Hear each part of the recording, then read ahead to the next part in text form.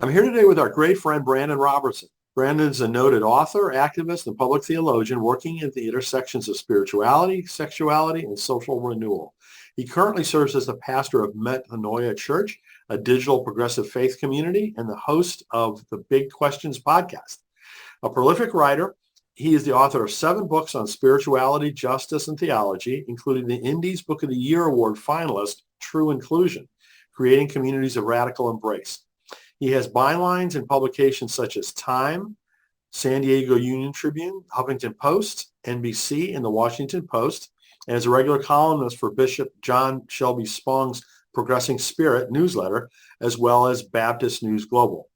Brandan is regularly interviewed in national and global media outlets, including CNN, NPR, MSNBC, Hot Press Ireland, The Independent UK, and the New York Times. In 2021, Rolling Stone magazine included Brandan in its annual hot list of top artists, creative, and influencers who are giving us reason to be excited about the future. Amen. Brandan has also served on advisory committees and in working groups for the Democratic National Convention, the U.S. Department of State, Department of Health and Human Services, the Humane Society, and in 2020 was named a fellow of the prestigious Salzburg Global Seminar. He was named by the Human Rights Campaign as one of the top faith leaders leading the fight for LGBTQ plus equality, and is a founding member of the Union of Affirming Christians, the Global Interfaith Commissions on LGBT plus Lives, and the Ozane Foundation US.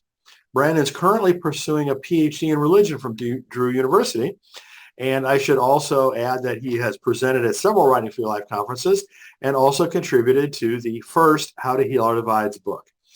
His new book that we're going to talk about today is Dry Bones and Holy Wars, a call for social and spiritual renewal from Orbis Books. So Brandan, as always, so wonderful to be here with you. Every time I read your bio, I'm just more impressed. Well, thank you so much for having me. And likewise, I'm impressed by all the amazing good work that you're doing in the world, Brian, and always excited to have a conversation with you. It is. You and I are quite a few years apart in age, but, we share just a ton of values and beliefs and interests. And so it's just always great to be able to spend some time with you. Oh, So after all that I talked about, what can you tell us that you'd like people to know about you that I didn't cover? goodness. Really, that I'm a progressive Christian, like so many folks that I'm sure are watching, that is in a moment of crisis. I think not only the pandemic was a moment of crisis, not only was the Trump presidency a moment of crisis, but I feel like all of us are collectively in a moment of looking at the storm clouds gathering around so many things in the world and asking some big questions. And that has reshaped my own sense of vocation over the past few years, leaving pastoral ministry and then potentially going back into pastoral ministry and changing what that looks like. I think I talk to so many people that are just wondering, what am I doing in my life at this moment to help meet the challenges that are on the horizon?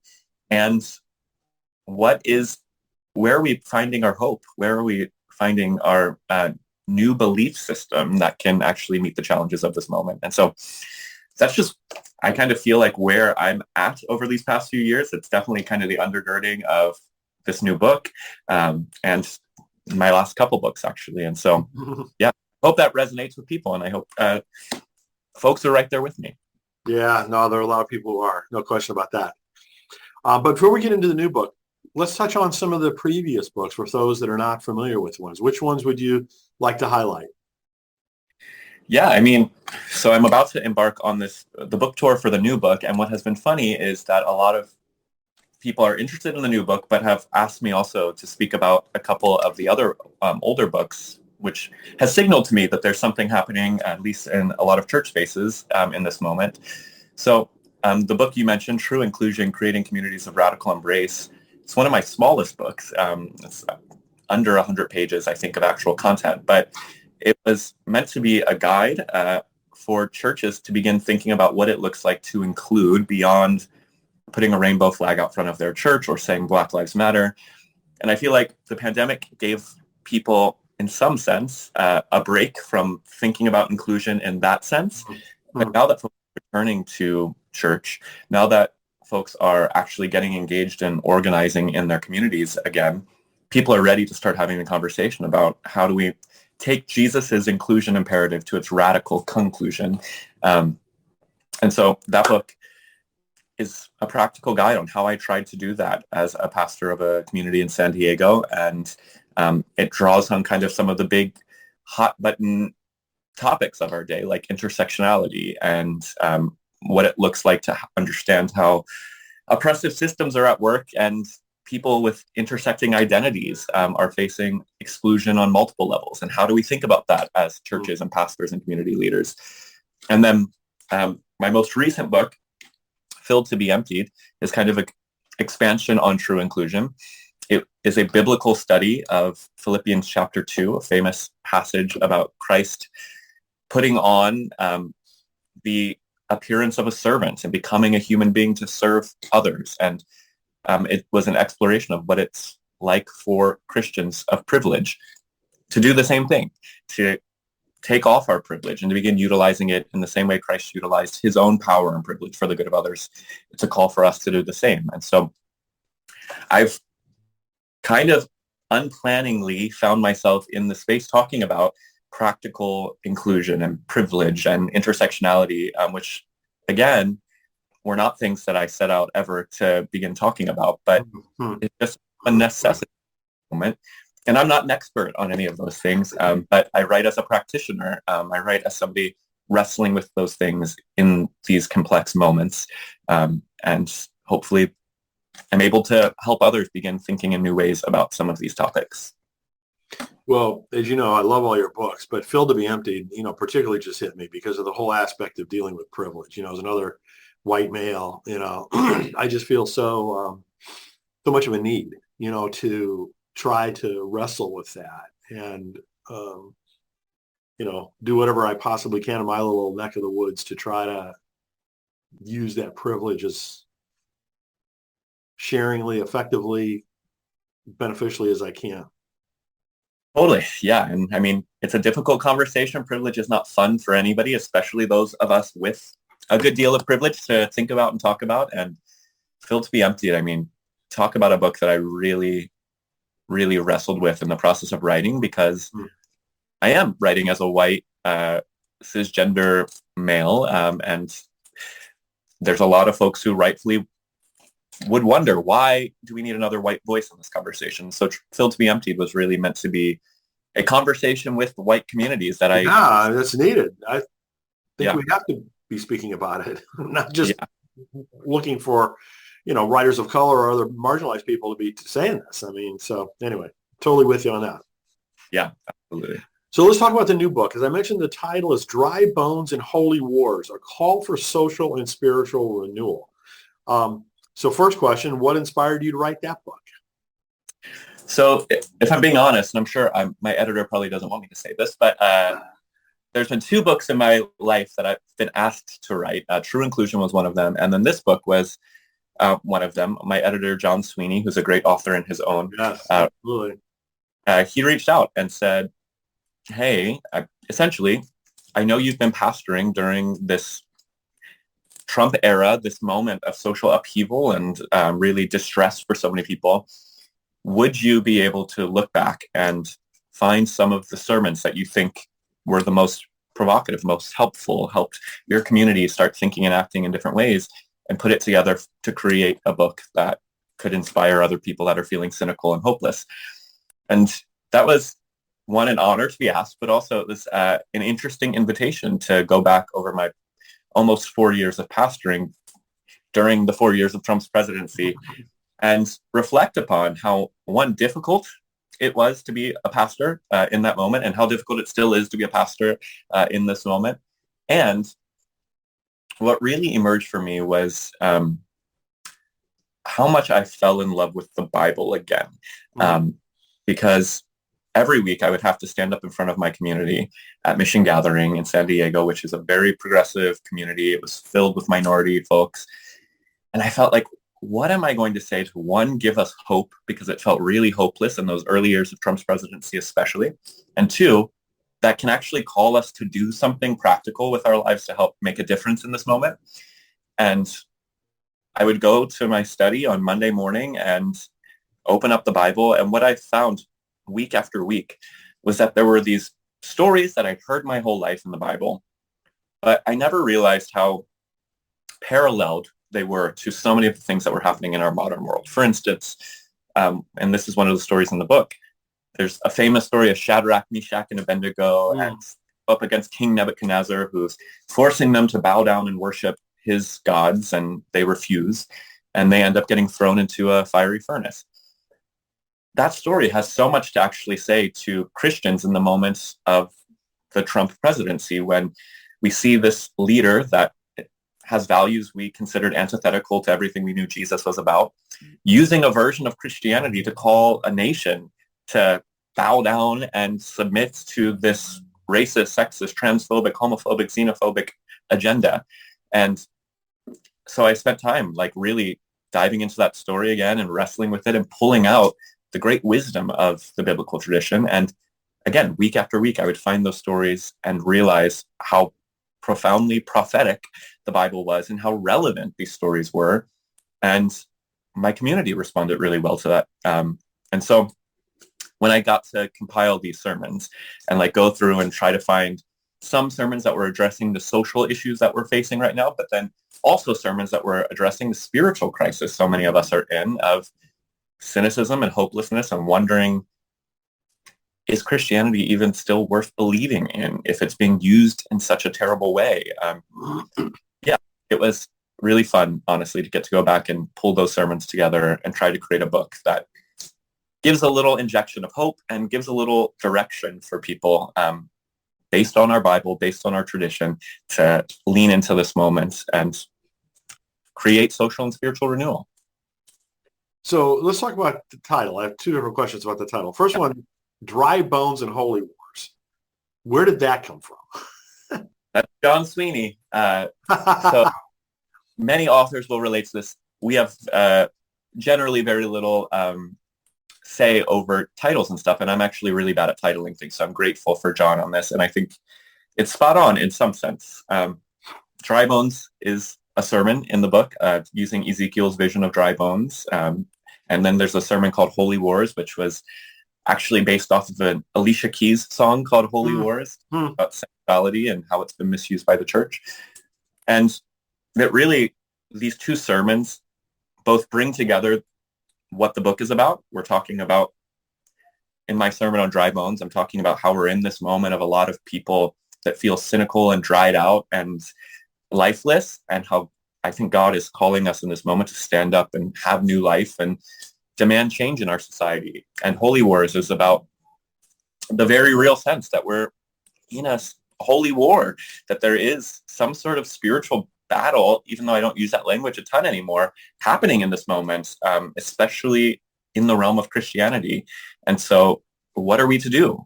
Those of us who see the call of Jesus to be engaged in social justice and to be engaged in renewing our world, how do we, quote unquote, fight this holy war? What are the weapons, which are actually love and service and sacrifice? So I think John pulled that together. It's provocative enough. It causes people to ask questions because it's not drop off the surface, but the subtitle really helps as well. A call to social and spiritual renewal. I've been using that language probably for 8 or 9 years to describe what I do in the world. You read it in my bio. I talk about spirituality, sexuality, and social renewal. And it's really a kind of a play off of Father Richard Rohr's concept of action and contemplation.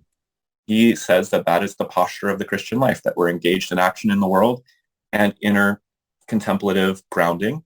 So I've kind of used that paradigm to say, yeah, we're called to be engaged in social renewal in the world and a spiritual renewal in our own self. And so, yeah, it's a lot packed in there. It requires some explanation, but I also hope it's provocative enough that it causes people to want to pick it up and read a bit.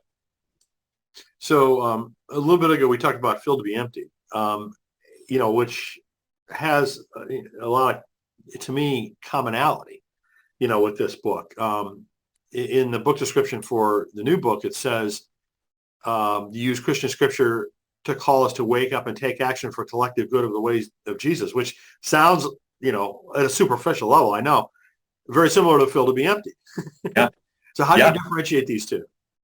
Yeah, I mean, well, there's not a ton of difference in one sense because that's all I do in the world. I'm constantly using the Bible, constantly using the example of Jesus and trying to find ways to use it in fresh ways that challenge and subvert some traditional thinking around Christianity. I think the difference is both books actually are rooted in sermons first. Filled to Be Emptied was a series of sermons that was turned into a book. And so I took this one particular scripture passage and drew out great wisdom from it over, I think, like 2 months at my church. And that turned into a book. And this one is drawing all sorts of different scriptures as a foundation for great wisdom and direction for our modern day. And again, it brings me back to the realization that I had as I was compiling this book, which is the Bible's still very relevant. And as much as I've grown cynical at times, and as much as sometimes I want to throw the Bible across the room and forget about it, it's also a really, to use the biblical language, it's living and active in some sense. Like there's some real life in the scriptural text that has something to say for our moment. And for those of us for whom the Bible is an important book based on our upbringing or based on what we currently believe, I just find it a really helpful tool to have profound conversations. And its stories are universal stories. They are allegories and myths and motifs that transcend time. They transcend culture. And so this book and pretty much every other book in some sense is rooted in me wrestling with biblical texts and trying to find their continued relevance and continued instruction for our modern day. Well, your insights have always been really very valuable. So keep doing it. So I'd like to read from a couple of endorsements of the book. This one's from our mutual friend, Rich Taffel. He says, as millennials and Gen Z are turning away from the church, Robertson's message invites them to consider again the wisdom of the Bible, interpreted with new eyes and heard with new ears, all coming from the same eternal source of love. So do you feel with this book that you're targeting a younger audience?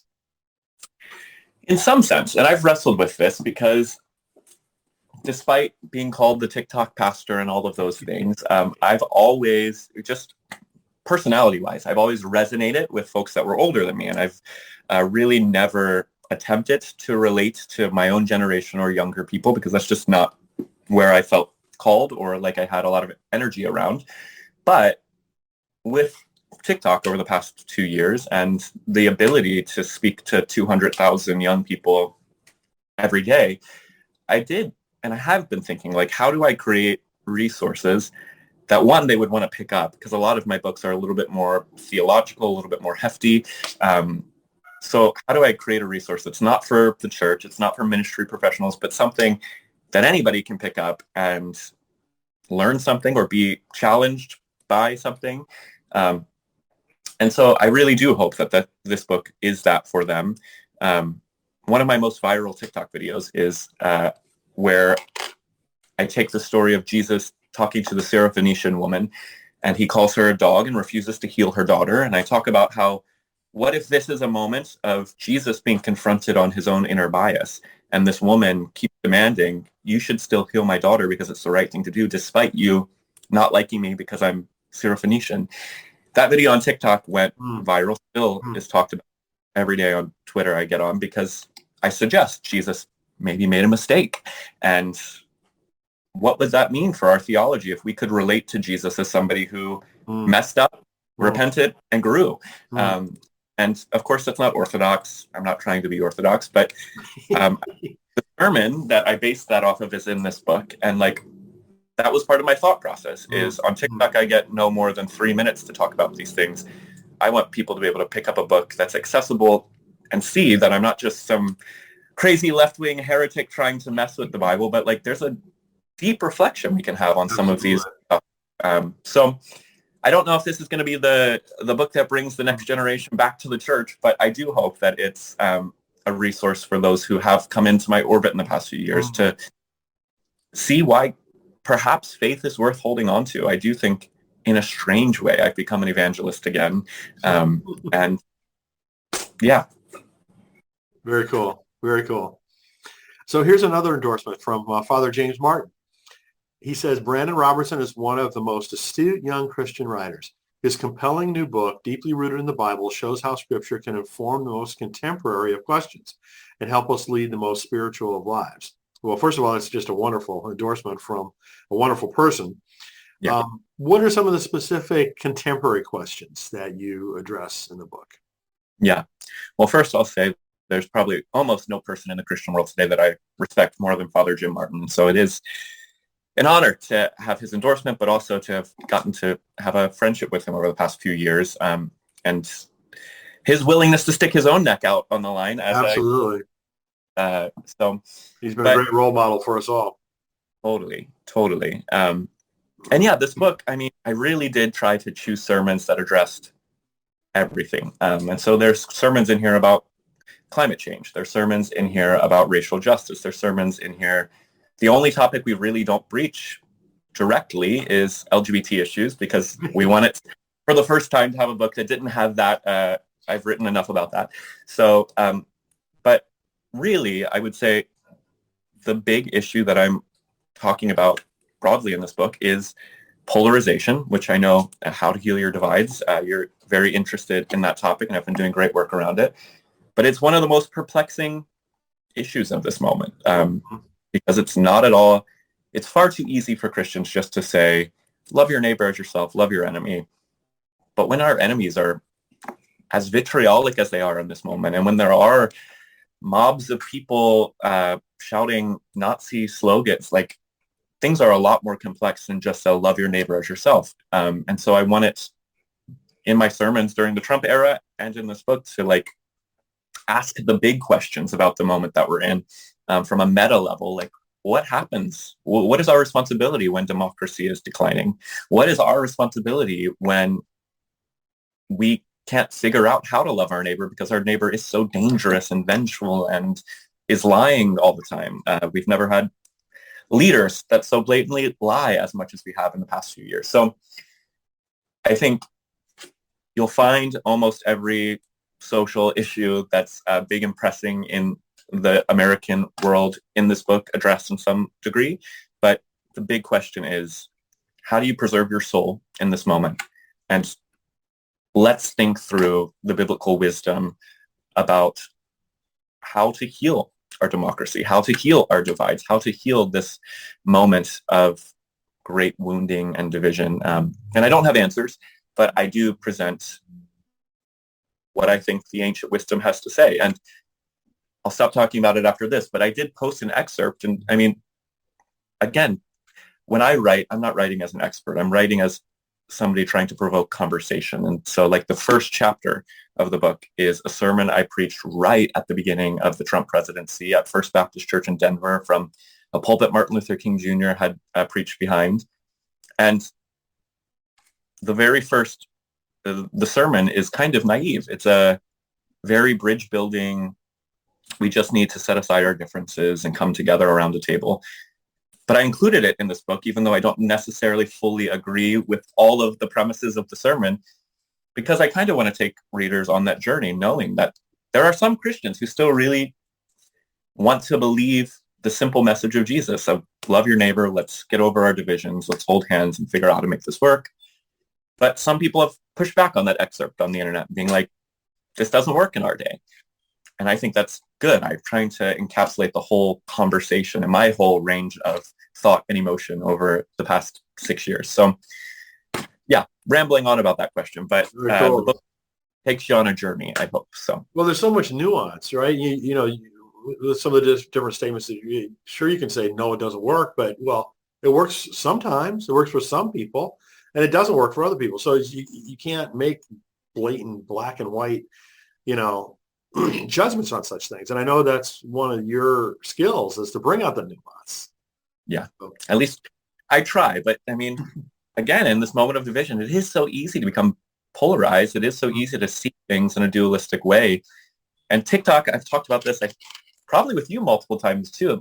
TikTok has not been helpful for me in not being divisive, because it's so easy on the internet, on these apps that are literally created to pit us against one another. Yes. Fall into a trap where I'm just demonizing a whole group of evangelicals rather than engaging in the nuance. And so I say that just to say, I think we're all on a journey. We all need to acknowledge our humanity in the moment of this. And like, it takes a lot of grace to navigate this most tumultuous of times. And I end the book. The last sermon is in the book is an Advent sermon that I preached at Mission Gathering right after Trump won, called A Light in Our Darkness. And it is that call to say, like, the reason we have faith is that as hard as it is, as divisive as things are, as imperfect as we are at addressing this moment, the reason people have faith is that we are going to keep holding on, even stubbornly, to the belief that somewhere down the line we'll return to light once again. We'll overcome this moment like we've done thousands of times before as humanity. But the rest of the book is meant to highlight how freaking hard that is to get to that kind of in this moment. So as I mentioned in the beginning, you're a prolific writer. That term is used for a lot of people, but you really are. You've got a ton of great books. So can you talk at all about what's next? Any future books that you're able to discuss yet? Yeah. I mean, I've been working on one book probably for 10 years. Right after Nomad, my very first book came out, I had a book in my head called In Awe of the Ordinary. And it was a more general spirituality book about how to live a meaningful life, regardless of your religious beliefs. And over the past 10 years, my own worldview and spirituality has shifted so much. And that book has shifted so much. But I've been working with my agent, Kathleen Folsani, for the past year to really like figure out the angle. And I'm grateful we waited. And because this moment of my 30s, coming into my 30s in the last 6 months, and this moment of social upheaval has really challenged so much of how I see meaning making and what it means to live a meaningful life. But yeah, I'm working right now actively. I've got like 15 different proposals for what this book could look like, about the basic premise that I don't think life has an objective meaning, but I do think there are tried and true paths to creating a meaningful life. And so I want to use the lessons I've learned practically over the past decade to create meaning in my own life, to help others figure out, in this moment of cynicism where we're not sure if there are any answers and religion seems to be failing, can we still have a meaningful life? Is there a way to still live with purpose and hope and health and wholeness? And I think that there is, obviously, and I want to try to imperfectly teach folks what has worked for me, and hopefully it helps them. So I don't know what it'll look like. Don't know when that'll be out, but it's definitely one that I'm continuing to work towards. That's very cool. Very cool. We'll look forward to that. Thanks. So for now, the latest book is Dry Bones and Holy Wars, a call for social and spiritual renewal, from Orbis Books. And you can learn about Brandan and all of his work at brandanrobertson.com. So Brandan, thanks so much, for spending time with us. It's always a pleasure, and really glad that you came out with this latest book. Brian, thank you so much for your support, and always great to chat with you. Okay, thanks so much.